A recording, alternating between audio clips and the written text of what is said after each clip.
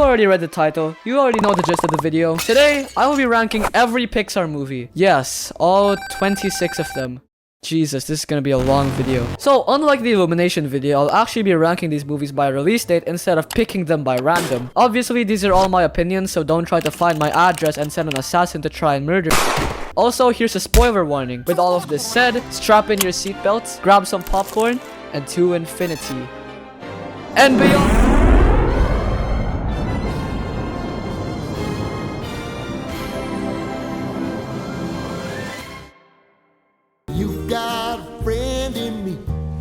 Toy Story 1, the film that started it all. Without wasting any time, I'm just going to tell you that this movie is amazing. This movie is just so timeless and the humor really lands even 27 years later. So the film is revolved around this group of toys owned by a kid named Andy who become alive when he's not around. Andy then gets a new toy for his birthday, Buzz Lightyear, who is the Space Ranger toy with built-in play features. Buzz Lightyear also believes that he is a real Space Ranger and is oblivious to the fact that he is a toy.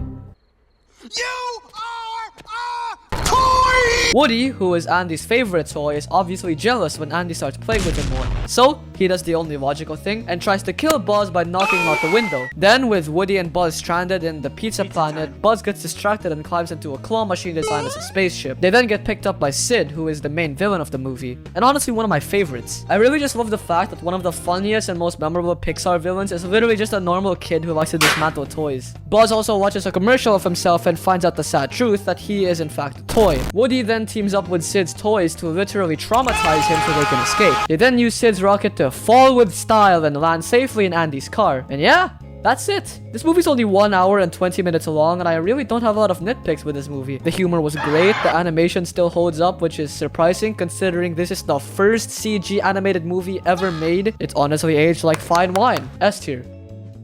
It's the time of your life. Now, I knew practically nothing about A Bug's Life before watching it, but after seeing it, I can say I was pleasantly surprised by it. Well, mostly because of how low my expectations were. A Bug's Life follows the life of this ant named Flick, who is an inventor in an ant colony. However, things aren't looking very good for him as they get threatened by a gang of deadly grasshoppers to prepare food for them. The grasshopper guy wasn't that bad of a villain in my opinion. His main motive for being evil is pretty much that he's secretly scared of the ants because of their advantage in numbers. Flick then gets a brilliant idea to go searching for fierce fighters to fend off the grasshoppers. He finds these circus bugs and of course mistakes them for warriors, which they obviously aren't. There's even this German caterpillar, which I'm pretty sure is basically the same character as Gunther from Sing. So he brings them back into the ant colony and then finds out the truth about them not being fierce warriors. So then he decides on a new plan, which is to literally construct a giant bird and use it to scare the grasshoppers. It's a prop! However, this fails, so then Flick gives an inspirational speech. Just do it! And then the ants decide to attack and the grasshoppers just decide to bounce. One of my favorite scenes is definitely the one near the end where the leader grasshopper gets fed to the baby birds. Yeah, that probably traumatized some kids. Anyways, happy ending, the end. A Bug's Life is probably one of the more mediocre and forgettable Pixar movies, and while there's nothing inherently bad about it, it just doesn't hold up as well when you compare it to the other Pixar movies. Therefore, it is C tier. So, Toy Story 2 has always been a personal favorite of mine. I don't think it's better than Toy Story 1, but it's definitely better than Toy Story 3. I think that it's a great sequel, and it explores the Toy Story universe even further. So, the movie starts with Woody accidentally getting sold in a yard sale to this guy named Al, who kinda looks like Lester from GTA 5. As it turns out, Woody is an extremely rare and valuable collector's toy, and he came with two other toys, Jessie and the Prospector. As for the toy gang, they go on an adventure to try and rescue Woody. I also love the scene where Buzz gets imprisoned by the fake Buzz who thinks that he's a real space ranger, so Buzz has to prove that he was the real Buzz. It really showed how far Buzz had come in all the character development. Oh, damn. I also loved Zurg in this movie. He was kind of a one-note villain, but he's easily the funniest part of the movie. Anyway, so without taking Woody and everyone else to Japan for them to get displayed, Woody decides to escape, but not before the Prospector turns on him, revealing him as the twist villain. They then reach the airport where Woody has this epic climax in saving Jessie as she's about to take off in the plane. And yeah, that's pretty much it. Overall, pretty solid sequel, on par on the quality with the first one, so S tier. But first, sponsor time.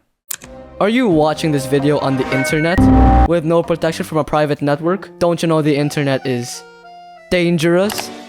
filled with malicious hackers trying to steal your data. Look over there, it's a hacker. But wait, this video is sponsored by VPN, AtlasVPN, licensed to kill.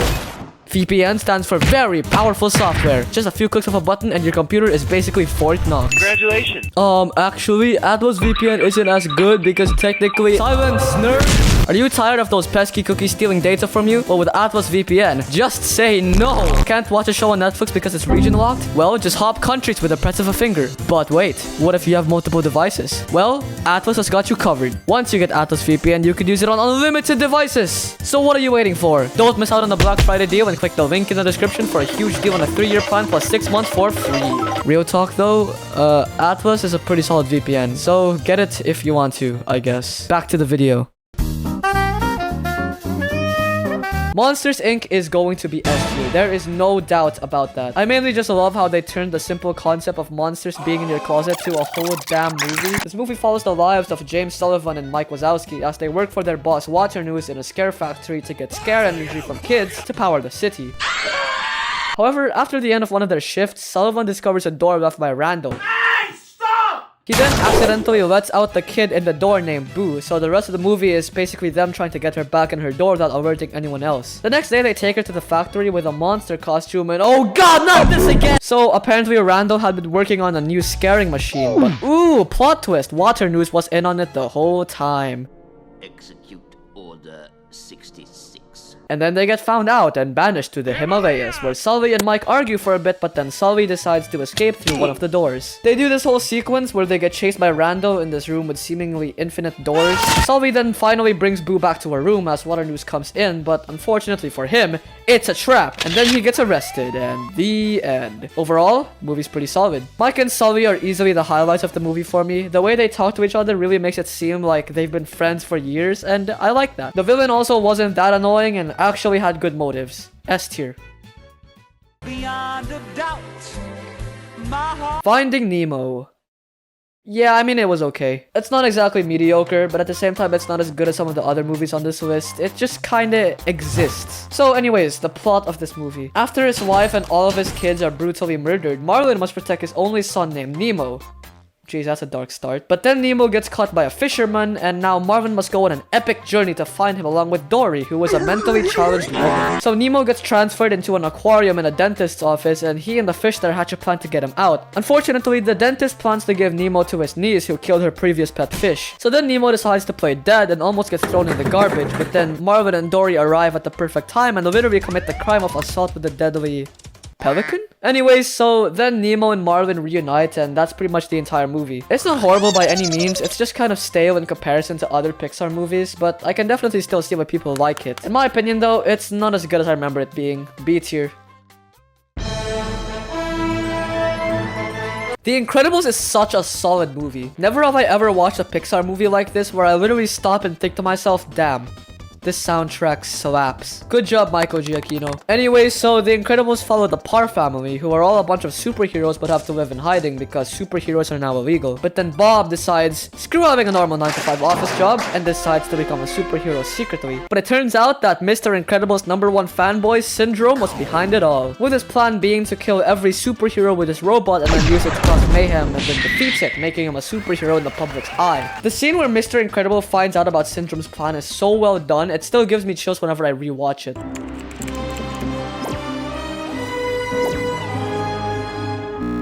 Elastigirl then finds out about Bob being a superhero and along with the help of Violet and Dash try to save him. Then Elastigirl kills a bunch of guards by crushing them with her thighs. With everyone escaping, they go back to the city and stop Syndrome's robot once and for all. But then another plot twist. Syndrome kidnaps Jack-Jack. In the end, it didn't really matter as Bob literally throws a car at Syndrome, which causes his cape to get sucked into a jet turbine, literally killing him. So anyways, yeah, that was The Incredibles. What a wild movie. Banging soundtrack, and best of all, Frozone, my beloved. Where's my super suit? Great story, great humor, great characters. S tier. Cars is pretty okay. It's kind of on the same level as Finding Nemo, where it's not a bad movie, it's just sort of mediocre. So Cars is about, well, cars. Well, duh. It follows famous race car Lightning McQueen as he races with Blue Car and Green Car. So anyways, Lightning McQueen gets stranded in a rundown deserted town called Radiator Springs after his race. He then meets several people in the town like Tow Truck Mater, who is pretty much an American hillbilly in car form. He also meets Doc Hudson, who used to be the Hudson Hornet, a famous race car until his career ended after the accident. So anyways, Doc Hudson trains Lightning McQueen, and on the day of the race, Green Car cheats because he's a stupid sore loser and hits Blue Car, causing him to crash. So then Lightning McQueen carries Blue Car to the finish line, and yeah, that's it. I don't really have much else to say. The story was pretty okay. Granted, the ending was pretty unexpected, and the characters were tolerable, at least in this movie. It wasn't that bad. B tier. So, the first time I've ever seen this movie was probably when I was like 6 and I didn't think too much of it. And my god, rewatching it, this is the greatest Pixar movie. Yes, I said it. Fight me. I have no idea why, but this movie stands out so much to me because of the concept. It's not like other Pixar movies that have a lot of rules and super complex metaphors. Inside Out. So, it's pretty much just a rat wanting to be a cook, and I find that simplicity so charming. The plot follows Remy, a rat who dreams of becoming a chef one day. He's also a member of his rat colony with his brother and father. However, after he accidentally alerts an old lady, the entire colony is exposed to her. So, the old lady does the only logical thing in this scenario and pulls out a shotgun. The rat colony flees, but Remy gets separated from them in a sewer and finds himself inside Gusteau's restaurant. He then decides to try and cook soup, which turns out is a massive hit with the customers. So then Remy teams up with Linguini, an intern at the restaurant. Oh yeah, and I forgot to mention this movie takes place in Paris. Anyway, so Remy and Linguini start cooking more dishes, with Remy controlling him through his hair. Eventually, a famous food critic announces that he will be writing a review on Gusteau's restaurant, which obviously makes everyone nervous. But when Linguini takes the credit for Remy's dishes, Linguini kicks him out, which obviously wasn't a good idea because he had no idea how to cook in the first place. So then he comes up with another idea. Literally tell his entire staff that some rat had been cooking the food all along. Obviously, everyone thinks he's crazy and literally walks out on him. I mean, what did he expect? So then Remy calls his entire rat colony for backup and they cook because family. They cook the ratatouille dish for the critic and oh my god, he said it! That's the name! Roll credits!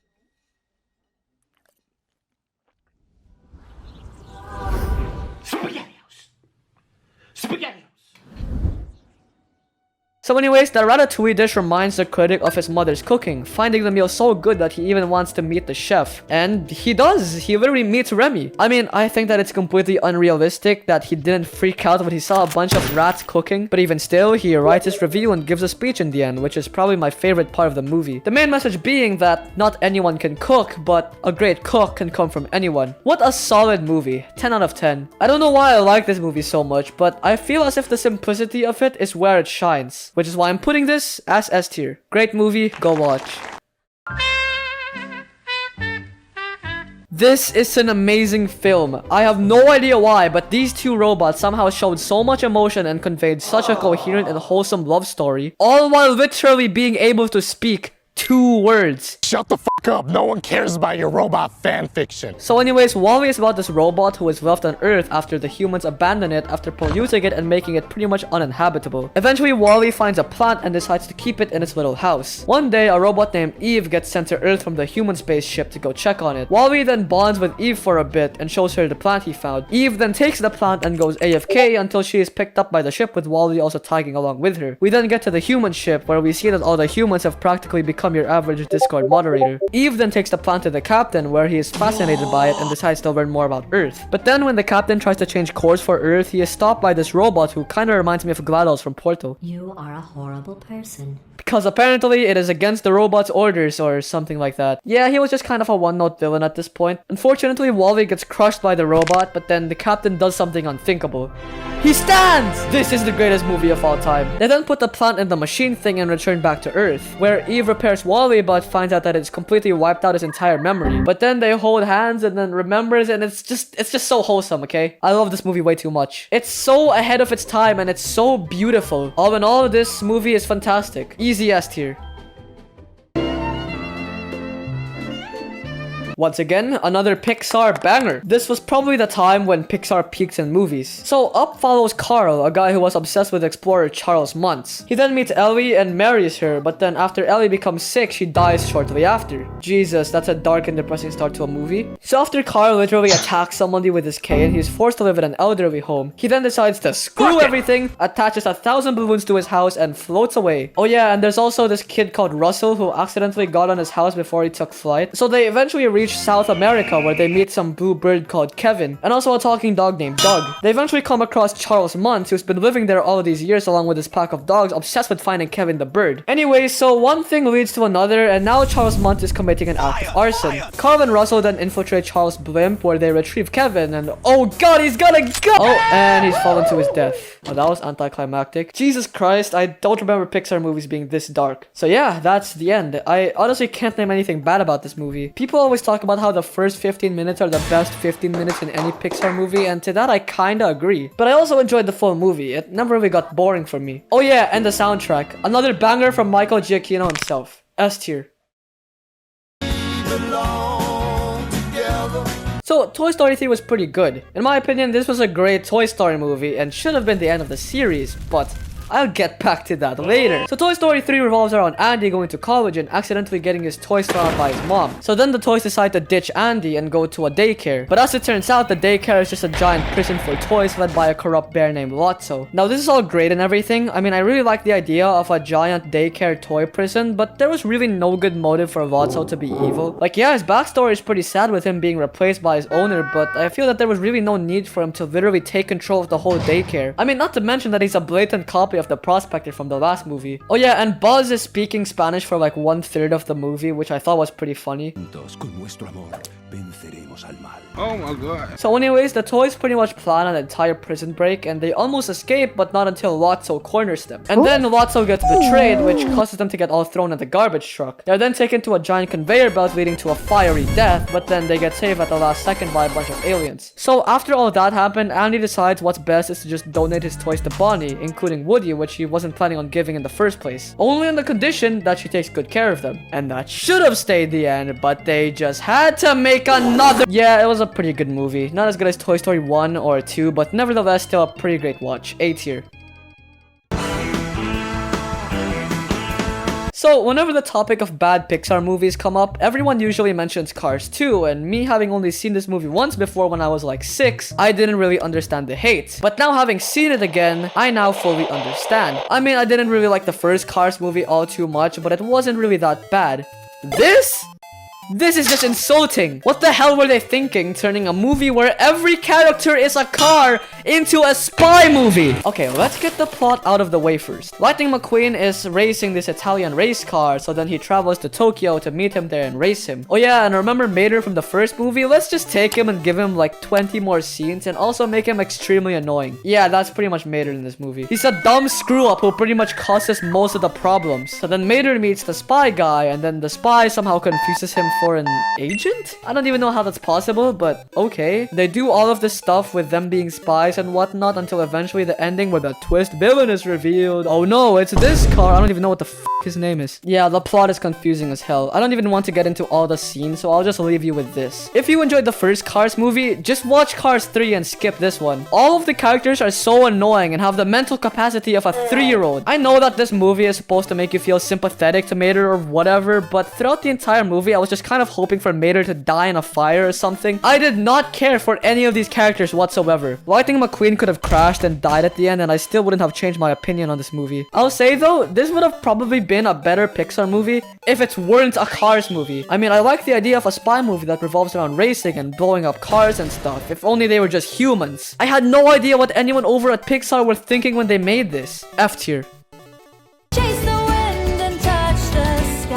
If I could describe this movie with one word, it would be dull. Seriously, this might be one of the worst princess movies I have ever seen. So anyways, this movie is about the Scottish princess girl who rebels against her parents since she doesn't want to be a princess. So she decides to visit an old witch and accidentally turn her mother into a bear. Yes, this is the actual plot of the movie. Eventually, the Scottish people find her and try to kill her, but then the sunrise happens and I think that's when the potion wears off. And then she returns back to normal. The end. Yeah, I literally don't remember anything from from this movie. I had to rewatch the final scene just to remember how it ended because I genuinely couldn't remember for the life of me. Anyways, yeah, that was Brave. Honestly, one of the weakest princess movies I have ever seen. I had more enjoyment looking at the progress bar reaching the end rather than the actual movie. E tier.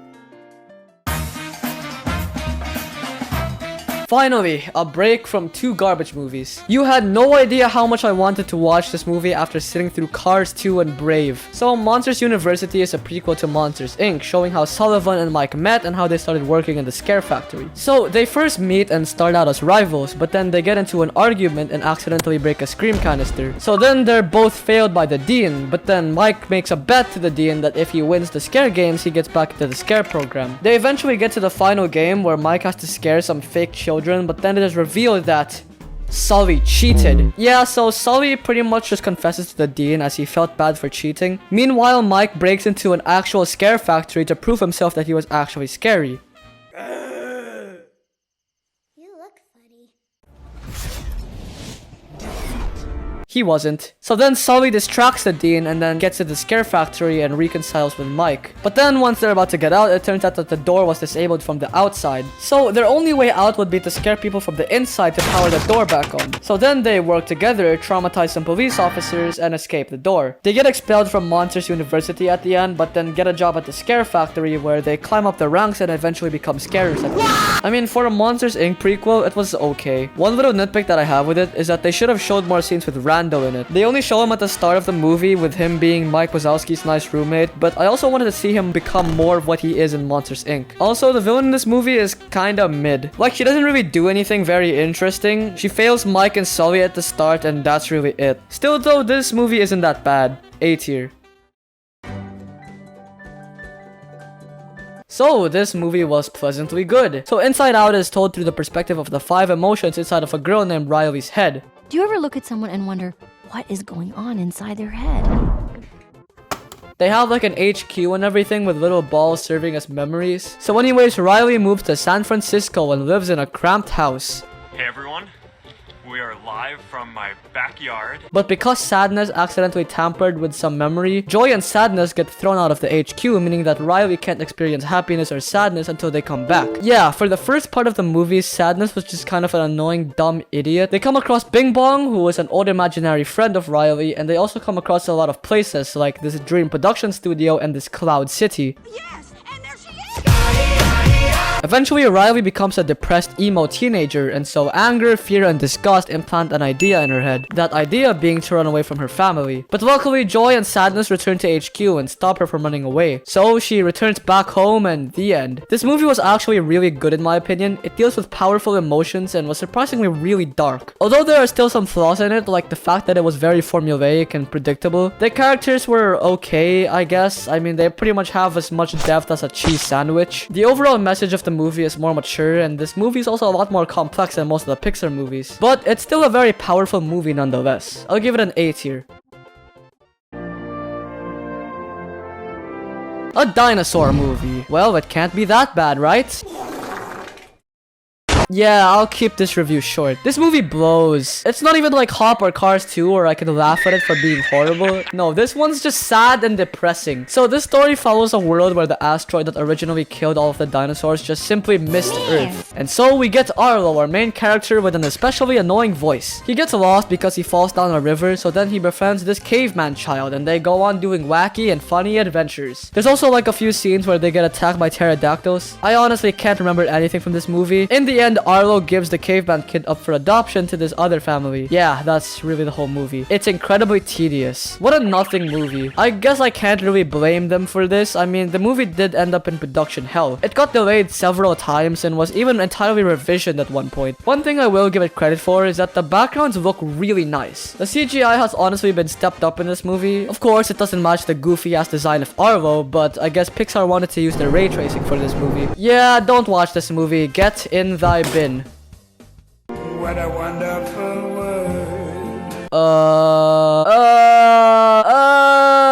Yeah, it's okay. I don't really know what to think of Finding Dory. I mean, on one hand, I think it's an okay movie, and on the other hand, there are some moments in it I just can't stand. But I'd say that it's still a better movie than Finding Nemo. I said it. come at me. Finding Dory is basically finding Nemo, except replace Nemo with Dory. It tells us the story of how Dory lost her parents at such a young age and her journey with meeting Marlin and trying to find them. I don't know why, but I really feel like Dory is more of the main character in the Finding Nemo universe more than Nemo himself. Just Dory's history and her journey with her parents really makes Finding Nemo feels more like a side mission than the main plot. Anyways, so Dory ends up in a marine life institute where she meets Hank. So Hank is this octopus who wants to transfer to Ohio or something. He helps out Dory in exchange for her tag, and they meet this whale who constantly bumps her head along the way. Meanwhile, Nemo and Marlin try to traverse the land and search for Dory. One thing that I really liked about this movie is that there are a lot more scenes that happen in the land, and that makes for more creative scenes during the movie. Like, the movie isn't just let's swim over here and let's swim over there, but since they're actually trying to traverse the land, they have to get a lot more creative. Eventually, Dory reaches the place where she thinks her parents are, only to find out that they aren't there anymore and that they got thrown into some kind of quarantine. So then she goes there, but unfortunately Hank gets spotted and Dory gets flushed down the drain. But lucky for her, because her parents are literally just sat there waiting for her. Once that's over, now it's time for them to all reunite and try to save Hank from a van, which they do so by literally committing Grand Theft Auto and driving the van off the side of a goddamn hill. What an ending. Overall, this movie was a pretty good sequel and an overall improvement to Finding Nemo in my opinion. What I will say though is that they used the trope of Dory not being able to remember anything way too constantly to the point where it gets on my nerves. That's really the only nitpick I have with this movie, so B tier.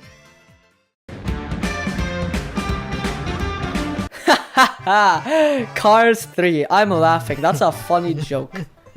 Oh wait, that's a real movie. And I thought The Good Dinosaur was Pixar's most forgettable movie. Yeah, so Cars 3 was pretty mediocre, I guess. It's about the Lightning McQueen losing to a new car called Storm because he's old and washed up. So he decides to start training with this yellow car girl. Yeah, I have no idea what her name is. They go undercover in this derby, but then the yellow car splashes Lightning, accidentally exposes him. This causes Lightning to get mad at her, and then she reveals that she also wanted to become a racer, but couldn't because she didn't think she was good enough. Now, I don't know about you, but that sounds to me like a skill issue. So then McQueen decides to visit Doc's hometown and learn from his mentor. Oh yeah, did I mention that Doc somehow died between Cars 2 and Cars 3? It's never explained why he died, he's just dead. So Lightning McQueen meets with Doc's mentor and he teaches him how to use the technique called drafting. Pretty much, if you've ever played any racing game, drafting is sort of the same as slipstreaming, where you block your opponent's back, reducing the movement of air and creating low pressure. So anyways, Lightning McQueen races for the first half, but then stops to let the yellow car race instead because I guess she deserved a second chance. So she basically uses the drafting technique to catch up with Storm and then does an epic side flip to win the race. So yeah, that was Cars 3. You know how in Cars 2, Mater was probably on screen for like 50% of the whole movie? Yeah, well in this movie, he's probably on screen for like 1 minute. Another thing I find funny about this movie is that it has almost nothing to do with Cars 2. It never mentions any of the characters from Cars 2 or makes a reference to Cars 2. You can literally watch this movie after Cars 1 and it wouldn't matter. I mean, it was probably Pixar's fan service after delivering such a horrible sequel. Also, like, I have no idea who the hell this yellow car is, and I really don't care for her. She wasn't very likable or anything, and honestly, whether it would have been her or McQueen to beat Storm, I don't think it would have impacted my review any differently. C tier.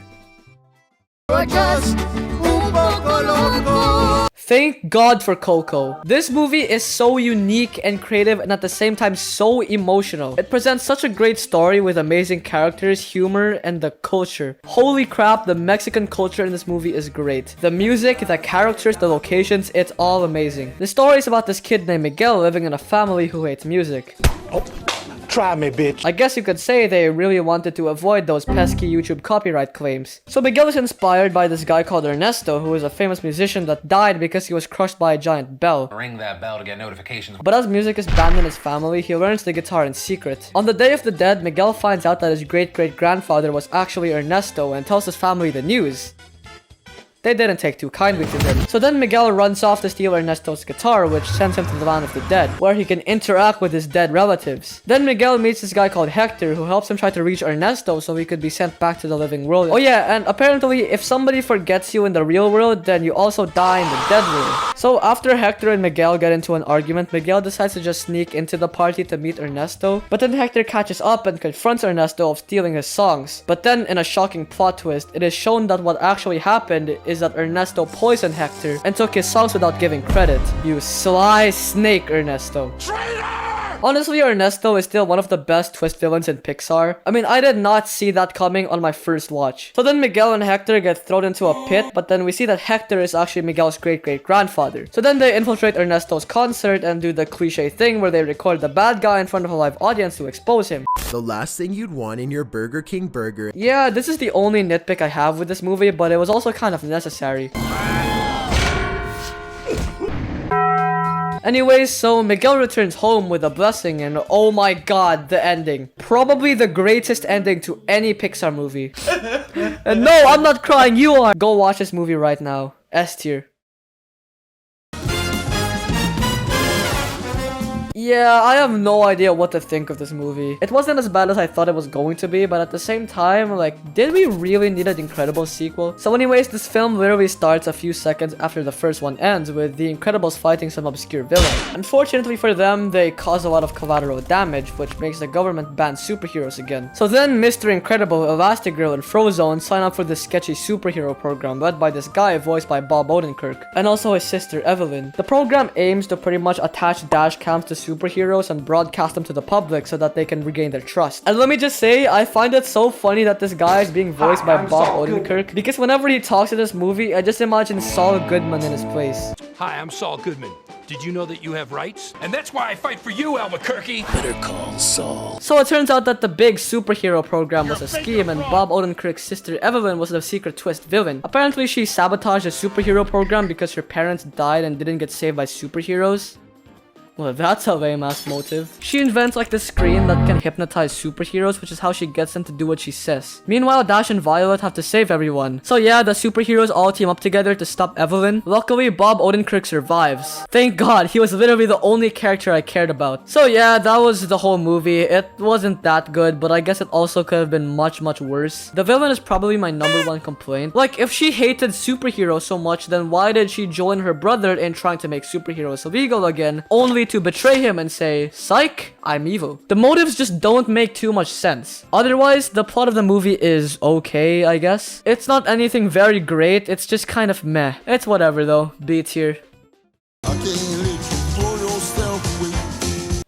Did you really think that Toy Story 3 was going to be the last movie of the series? Well, it must suck to be you. Toy Story 4. Where do I even start with this? So, you know how in the end of Toy Story 3, Andy gives all of his toys to Bonnie on the one condition that she loves them and takes care of them? Yeah, well, how about we take a big old dump on that ending? Remember Woody? Yeah, well, screw him, right? Let's make a new character out of a literal spork. Yes, this is a real thing. So, Bonnie creates a brand new toy in kindergarten. This stupid spork guy who pretty much tries to commit suicide for the first 25 minutes of the movie. Anyway, so during a road trip, Sporky jumps off a van and Woody goes to rescue him. So then Bonnie gets to this carnival place, but then Woody and Sporky are still trying to reach the van. That's until Woody sees Bo Peep's lamp in an antique store window. Oh yeah, remember Bo Peep, the love interest for Woody that was gone by the third movie? Yeah, well, she's back in this movie. There's also the main villain of the movie, who is this doll girl who doesn't have a voice box, so she decides to kidnap Sporky and force Woody to give her his voice box. And Woody does it. I guess we're also supposed to sympathize with her or something. I don't really know. I didn't really like her all too much. There's also this stunt guy called Duke Kaboom, voiced by Keanu Reeves, so that was pretty cool. Why do you come?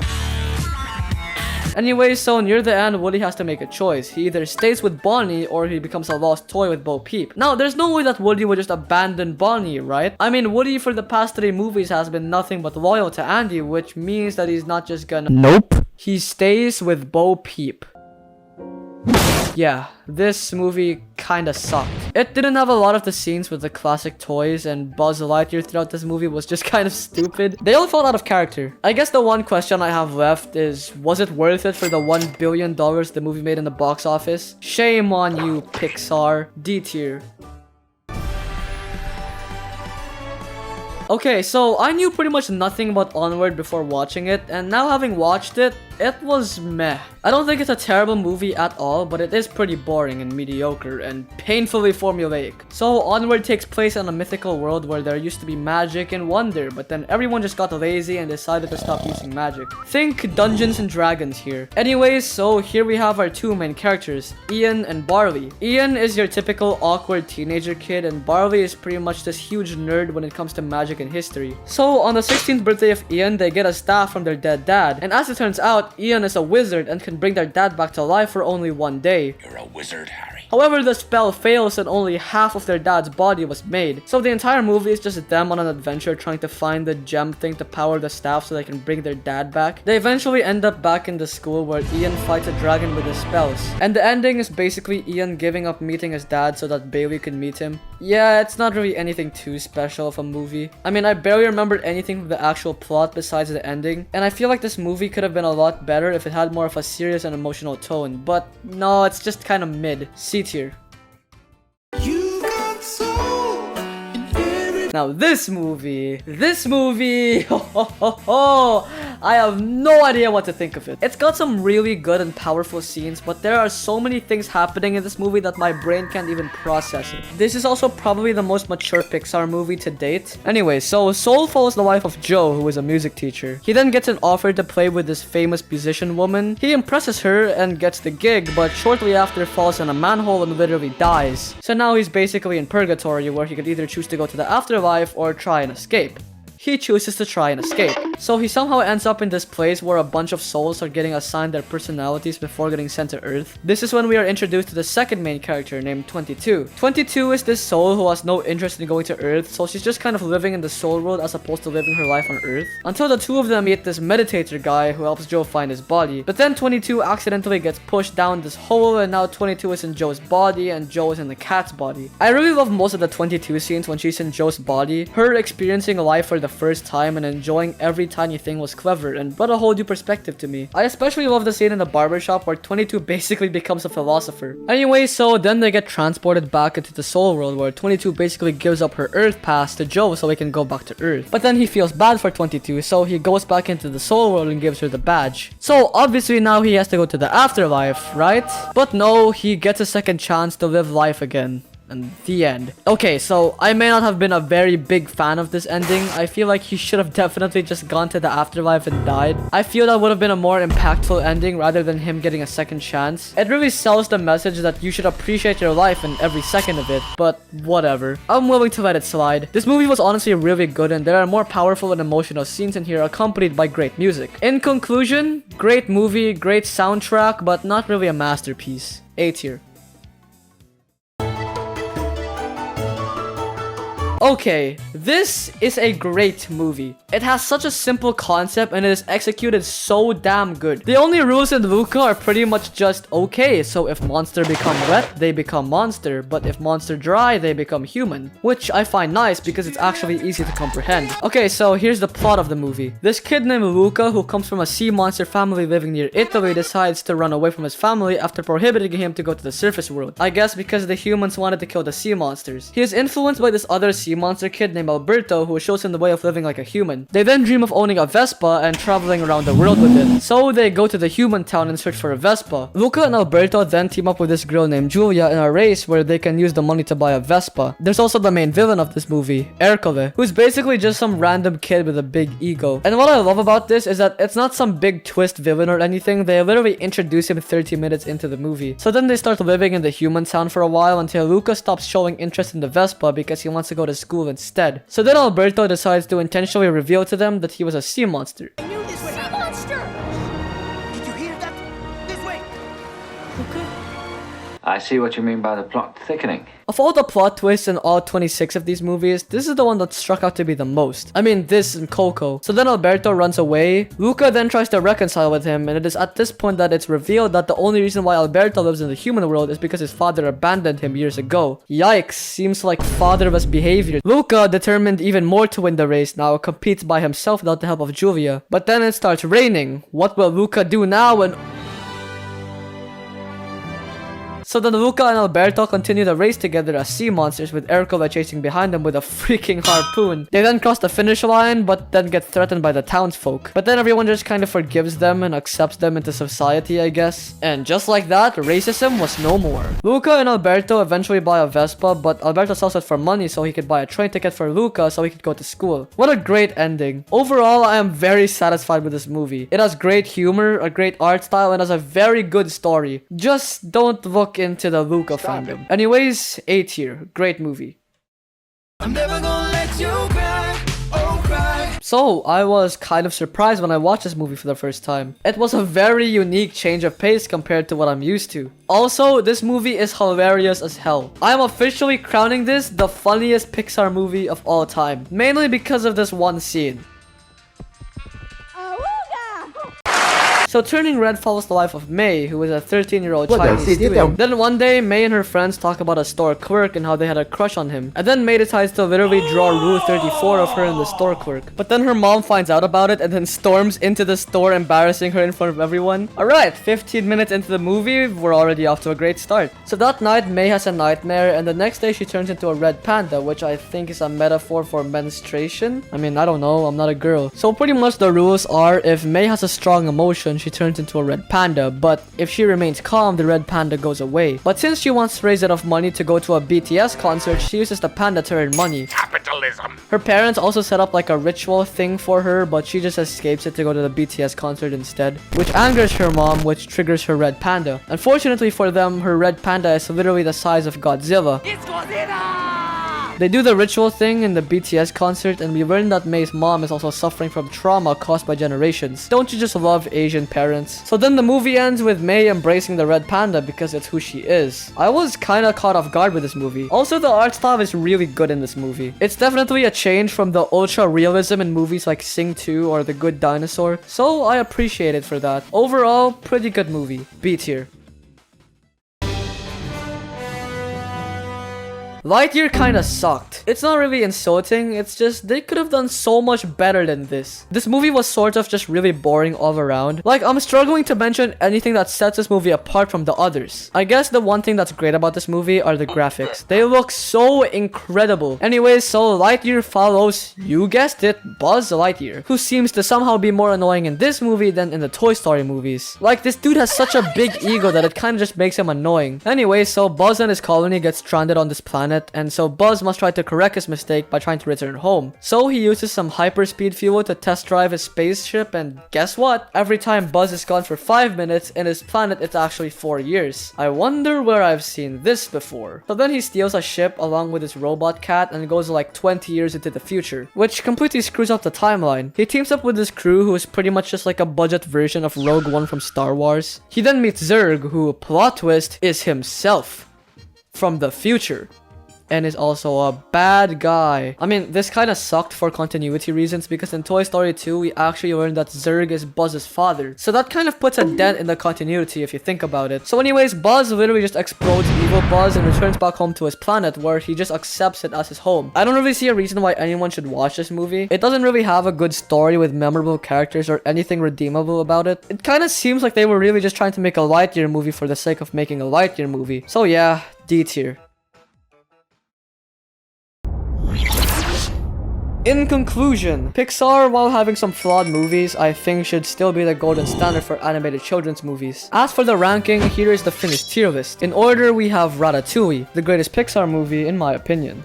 Fight Me. Toy Story, great classic that still holds up today. WALL-E, only word I can describe it with is masterpiece. Coco, the movie with the greatest and most emotional ending. The Incredibles, another classic and memorable Pixar movie. Monsters Inc., funny movie with funny green man from the meme. Up, peak Pixar. Toy Story 2, an amazing sequel. Toy Story 3, a great movie which should have been the ending to Toy Story. Luca, simple slice of life movie. Soul, the most mature Pixar movie on this list and is also very thought-provoking. Inside Out, has some flaws but I still feel is very creative. Monsters University, an okay prequel. Turning Red, probably the funniest movie on this list. Cars, for a movie about anthropomorphic living cars, it's alright. Finding Dory, it was okay but just a tad bit better than Finding Nemo in my opinion. Finding Nemo, yeah, it was okay. Incredibles 2, okay movie but has a very weak villain. A Bug's Life, it's mediocre and boring in some scenes. Onward, really forgettable movie, not really anything unique either. Cars 3, still mediocre but better than Cars 2. Lightyear, just don't even bother with this one. Toy Story 4, probably a movie made solely because of money. Shut up and take my money. Brave,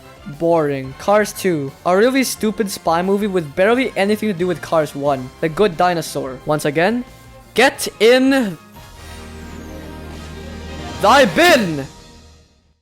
Honestly, I'm not too dissatisfied with Pixar's catalog. They've made some very questionable movies in the past, but also balanced it out with the good ones. And watching every Pixar movie has really made me realize why I love animated movies so much. It's made me come to appreciate good filmmaking as a whole. It reminds me of all the great and timeless storytelling that'll be remembered for years to come. Pixar, thank you so much for making these movies, no matter if they're great or not so great. Once again, if you want to, go and watch these movies and form your own opinions on them. Anyways, this video has been going on for way too long now. What's Pixar been working on these days anyway?